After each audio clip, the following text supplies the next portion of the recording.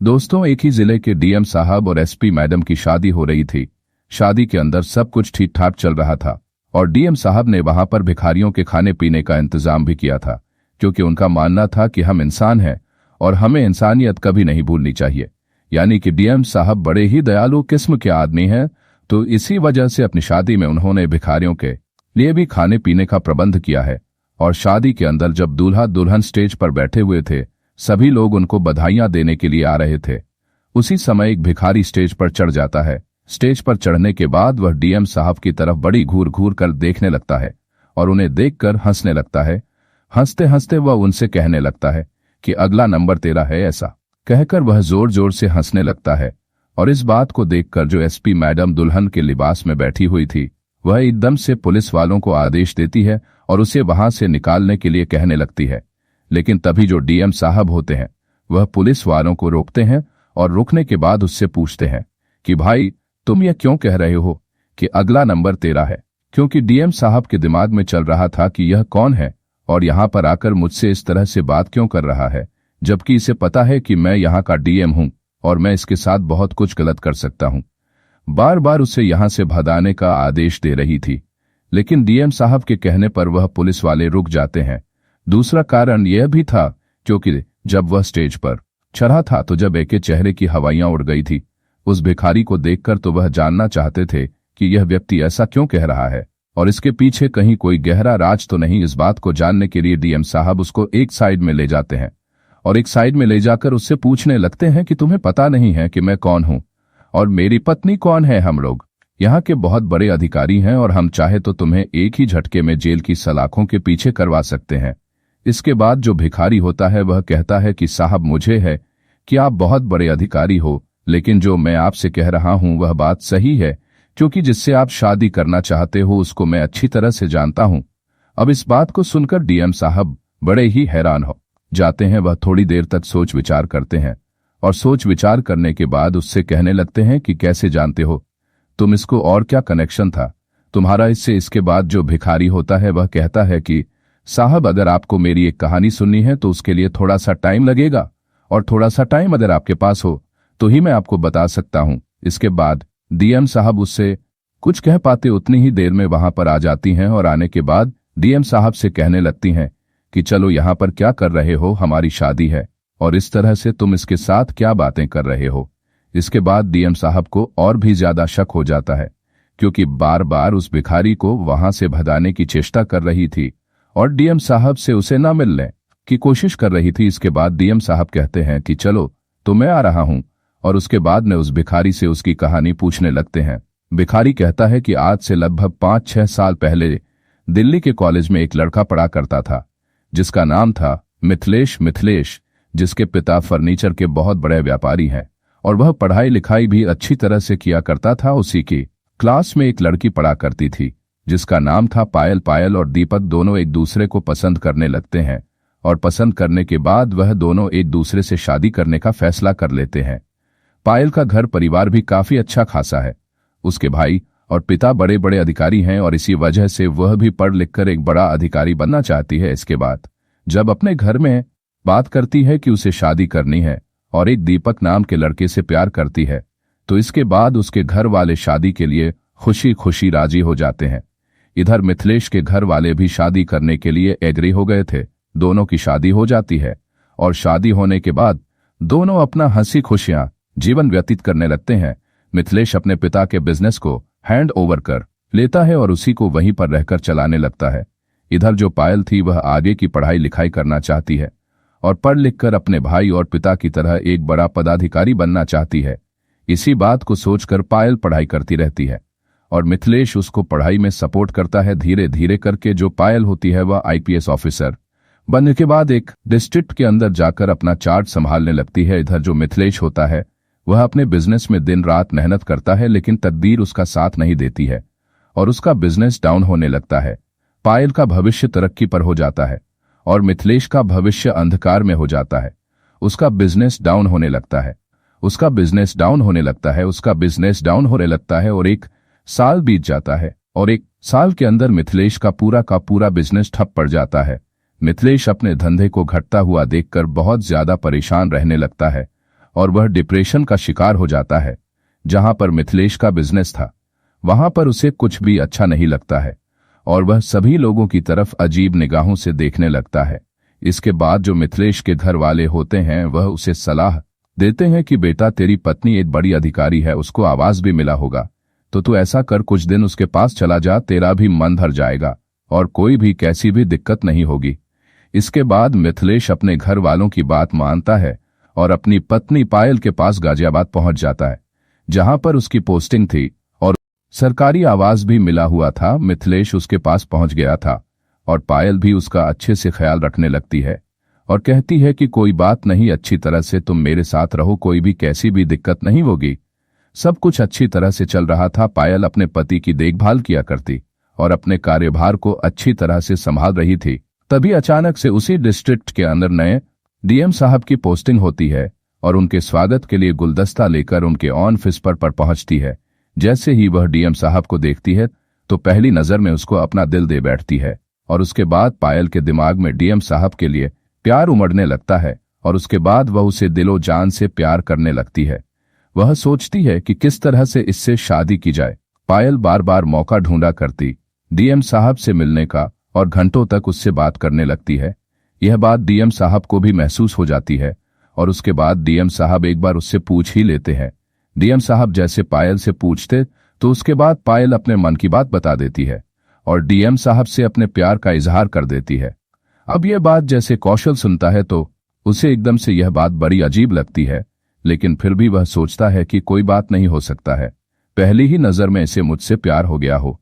DM साहब बड़े ही सुलझे हुए इंसान थे और बहुत ही ज्यादा दयावान थे। डीएम साहब कहते हैं कि ठीक है, अगर ऐसी बात है तो कोई बात नहीं, और दोनों शादी कर लेंगे।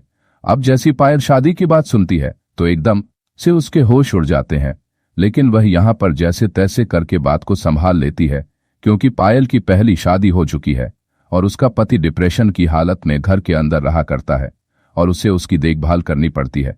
लेकिन पायल का प्यार डीएम साहब के लिए कुछ ज्यादा ही था, तो इसी वजह से वह मिथिलेश के कॉलेज वाले प्यार को भूल रही थी और मिथिलेश को रास्ते से हटाना चाहती है। इसी वजह से पायल एक डॉक्टर के पास जाती है और डॉक्टर से कुछ ऐसी मेडिसिन ले लेती है जिन मेडिसिन को खाने के बाद मिथिलेश की दिमागी कंडीशन थोड़ी सी खराब हो जाएगी।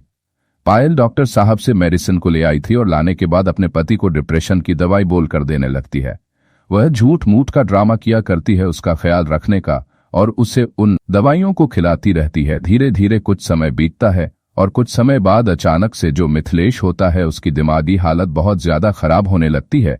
इसके बाद पायल मिथिलेश को पागल खाने में भर्ती करा देती है और दीपक वहां पागल खाने में पागलों के बीच में रहने लगता है। वहां पर रहने के बाद जो दवाई उसे पायल दिया करती थी वह उसे नहीं मिलती है और धीरे धीरे मिथिलेश को उन दवाइयों का असर खत्म हो जाता है और वह पूरी तरह से स्वस्थ हो जाता है। लेकिन जैसे ही उसे होश आता है कि वह पागल खाने के अंदर है तो वह इधर उधर देखने लगता है और डॉक्टरों से गुहार लगाने लगता है। कहता है कि साहब, मैं पागल नहीं हूं, मैं बिल्कुल स्वस्थ हूं और कोई भी कैसी भी दिक्कत नहीं है। लेकिन डॉक्टर उसकी एक नहीं सुनते हैं और उसे पागल खाने के अंदर ही भर्ती करके रखा जाता है।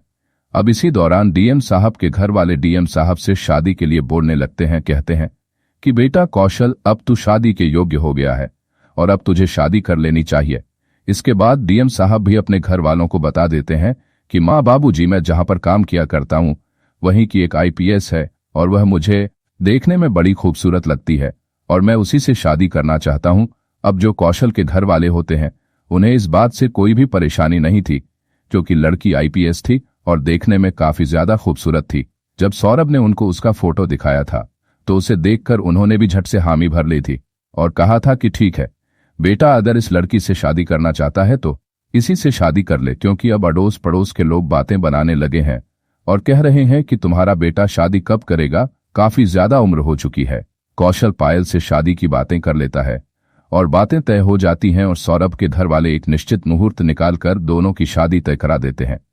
जब सौरभ पायल से उसके घर वालों से मिलाने के लिए कहता है तो वह तरह तरह के बहाने लगा दिया करती है और उनसे मिलने से मना कर दिया करती है। शादी तय हो गई थी और शादी होने में लगभग 6 महीने का समय था। अब कौशल और पायल दोनों एक दूसरे के साथ कुछ ज्यादा ही टाइम बिताने लगते हैं और वह जब भी समय उन्हें मिला करता दोनों एक दूसरे के साथ बैठा करते और हंस हंस कर बातें किया करते थे। इधर जो मिथिलेश है वह पागल खाने में डॉक्टरों से बार बार कहा करता है कि मुझे छोड़ दो, मैं पागल नहीं हूं, लेकिन कोई भी डॉक्टर उसकी बात नहीं सुनता है। तभी एक दिन अचानक से एक बड़े डॉक्टर साहब वहां पर विजिट करने के लिए आते हैं और मिथिलेश उन्हें देखकर समझ जाता है कि यह कोई बड़े डॉक्टर हैं। अगर यह चाहे तो मुझे यहां से बाहर निकाल सकते हैं। इसके बाद मिथिलेश उनके सामने जाता है और उनसे गुजारिश करने लगता, कहता है कि साहब मुझे पता है कि आप बड़े डॉक्टर साहब हो और आप चाहो तो मुझे यहां से बाहर निकाल सकते हो। मैं बिल्कुल भी पागल नहीं हूं, वह तो मेरी पत्नी ने मुझे कुछ दवाइयां खिलाई थी जिनकी वजह से मैं पागल हो गया हूं। इसके बाद डॉक्टर साहब उसका टेस्ट करते हैं और टेस्ट करने के बाद उन्हें पता चल जाता है कि इसकी दिमागी हालत काफी ज्यादा अच्छी है और इसे अब यहां पर रहने की कोई भी जरूरत नहीं है। उसके बाद डॉक्टर साहब उसे वहां से भेजने के लिए तैयार हो जाते हैं और मिथिलेश को वहां से भेज देते हैं। मिथिलेश वहां से निकलता है और निकलने के बाद सीधा अपनी पत्नी के आवास पर पहुंच जाता है। लेकिन जैसे ही वह घर पर पहुंचता है तो देखता है गार्डन के अंदर उसकी पत्नी एक और व्यक्ति के साथ बैठी हुई है और हंस हंस कर बातें कर रही हैं। यह बातें देखकर मिथिलेश वहीं पर छुप जाता है और छुप छुप कर पायल का पीछा करने लगता है और उसके बारे में जानकारियां निकालने लगता है। कुछ संतरी जो वहां पर पायल की रखवाली के लिए रहा करते थे उनसे पूछ लिया करता है कि हाँ मैडम कौन है और इनके साथ यह व्यक्ति कौन है, तो वह उसे बता देते हैं कि इन दोनों की शादी होने वाली है और लगभग 6 महीने बाद इन दोनों की शादी हो जाएगी। इसके बाद एक बार तो मिथिलेश सोचता है कि क्यों ना जाकर इससे सब कुछ साफ साफ बोल दूं कि तूने मेरे साथ अच्छा नहीं किया है। लेकिन उसे पता था कि इसकी शादी डीएम से होने वाली है और यह यहाँ की आईपीएस है, अगर यह चाहे तो मेरे साथ कुछ भी कर सकती है। और इसी डर के कारण जो मिथिलेश होता है वह उसे कुछ भी नहीं कह पाता है और वहां से इधर उधर भटकने लगता है। अब जब अपने माता पिता के पास जाने की सोचता है तो फिर उसे एक बार फिर से ख्याल आता है और वह सोचता है कि अगर पायल को यह पता चल गया कि मैं ठीक हो गया हूं तो फिर मेरे साथ कुछ गलत कर देगी और मुझे दोबारा से पागल खाने में भेज देगी। इसी वजह से दीपक ना तो अपने घर जाता है और ना ही पायल से कुछ कह पाता है। वह उसी शहर के अंदर रहकर वहीं पर भीख मांगने लगता है और भीख मांगकर अपना गुजारा करने लगता है। धीरे धीरे 6 महीने बीत जाते हैं और 6 महीने बाद अचानक से एक शादी का इनविटेशन सभी भिखारियों में भी बांटा जाता है। जो शादी थी डीएम साहब और की यानी कि उसकी पत्नी पायल की शादी अब डीएम साहब से होने वाली है और उसका इनविटेशन मिथिलेश को भी मिला है। इस बात को देखकर मिथिलेश उस शादी में जाने का फैसला कर लेता है और शादी के दिन उस शादी में पहुंच जाता है। वहां पर जाकर भिखारियों के लिए खाने के लिए अलग से प्रबंध था और उन्हें भरपेट खाना यहां पर खिलाया जा रहा था। स्टेज सजा हुआ था और स्टेज के ऊपर काजल बैठी हुई थी और साथ में डीएम साहब बैठे हुए थे। इसके बाद मिथिलेश वहां पर जाता है और वहां पर जाकर डीएम साहब की तरफ देखकर हंसने लगता है। हंसता हंसता उससे कहने लगता है कि अगला नंबर तेरा होगा और ऐसा कहकर दोबारा से हंसने लगता है। ऐसा कहकर दीपक डीएम साहब से कहता है कि इससे आगे की कहानी आपको पता है, क्योंकि वह लड़का मैं हूं जिसका नाम मिथिलेश है और वह कलेक्टर साहब आप हो जिसका नाम कौशल है और पायल मेरी पत्नी थी, उससे मेरी शादी हो चुकी थी लेकिन उसने मुझे रास्ते से हटाया और आपसे शादी करने के लिए आपको अब तक यह नहीं बताया होगा कि उसकी मेरे से शादी हो चुकी है। और जो डीएम साहब होते हैं वह उसकी बात को सुनते हैं और साथ में उन्हें वह सारी बातें याद आती है कि पायल कैसे बार बार उसे यहां से भगाने की कोशिश कर रही थी और वह नहीं चाहती थी कि डीएम साहब की बात उससे हो जाए। इसके बाद डीएम साहब को पूरी तरह से मिथिलेश पर विश्वास हो जाता है, लेकिन फिर भी वह उससे पूछने लगते हैं कि यह बताओ अगर तुम पागल खाने में थे तो तुम्हारे पीछे जो इस घर के अंदर हुआ था वह बातें तुम्हें कैसे पता है। तो वह कहता है कि साहब जब मैं वहां से छूटा था तो उसके बाद मैंने पूरी तरह से तहकीकात की थी और तहकीकात करने के दौरान सारी की सारी बात मेरे सामने आ गई थी, क्योंकि अड़ोस पड़ोस के लोग इस बारे में बातें बनाते थे कि इसने अपने पति को पागल घोषित कर दिया और दूसरे व्यक्ति से शादी कर रही है। इसके बाद डीएम साहब इस बात को डबल चेक करना चाहते हैं और वह पायल को वहीं पर अपने पास बुला लेते हैं। बुलाने के बाद वह पायल से कहने लगती कि पायल क्या तुम इसे जानती हो। तो उसके बाद पायल थोड़ी सी चुप होती है लेकिन उसके बाद कह देती है कि नहीं मैं इसको नहीं जानती।